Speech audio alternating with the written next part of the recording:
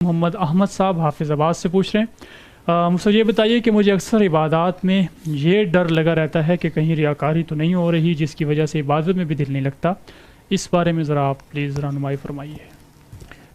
دیکھیں، ریاکاری کا عام طور پہ خیال اس وقت ہوتا ہے انسان کو جب کہ وہ کبھی کبھی کوئی چیز کرتا ہے، شاذ و نادر کرتا ہے۔ عام طور پہ جو مستقل کام کرنے کے ہوتے ہیں اس میں ریاکاری نہیں ہوتی۔ رمضان المبارک کے اندر سب لوگ روزہ رکھ رہے ہوتے ہیں لیکن کسی کے ذہن میں نہیں آتا میں کوئی خصوصی کام کر رہا ہوں۔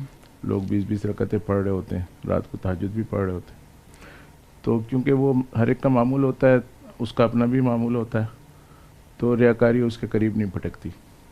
لیکن جب وہ عام دنوں کے اندر کوئی اس طرح کا کام کرتا ہے، کوئی روزہ رکھتا ہے یا کوئی صدقہ کرتا ہے اور ہر ایک نہیں کر رہا اس وقت، اور اس کی اپنی بھی عادت اتنی نہیں ہے، تو پھر اس کو خیال ہوتا ہے کہ میں نے کوئی بڑا کام کر لیا۔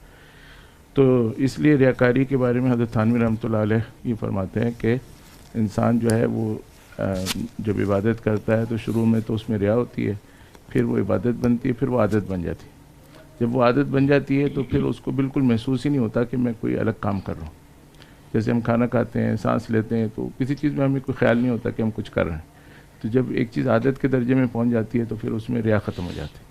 تو اس سے ہمیں یہ اصول سمجھ میں آیا کہ ریاکاری کا اگر شبہ شیطان ڈالے تو اس کا حل یہ نہیں ہے کہ ہم اپنے یعنی ریا کو دور کرنے میں لگ جائیں، بلکہ ہم اس کام کو اتنا کریں کہ ریا کا احتمال ہی ختم ہو جائے۔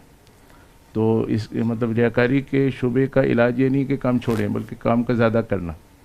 تو اس لیے آپ سے یہی درخواست ہے کہ جو بھی جس کام میں بھی آپ کو یہ محسوس ہو رہا ہے، صدقہ میں ہو رہا ہے یا کسی اور چیز میں ہو رہا ہے، تو زبان سے اس کا اظہار کم کر دیں اور لوگوں کے سامنے اظہار نہ کریں، باقی اس کام کو زیادہ کر دیں۔ تو جتنا وہ زیادہ کام ہوتا رہے گا ایسے آپ کے ذہن سے آہستہ آہستہ یہ شبہ بھی ختم ہو جائے گا۔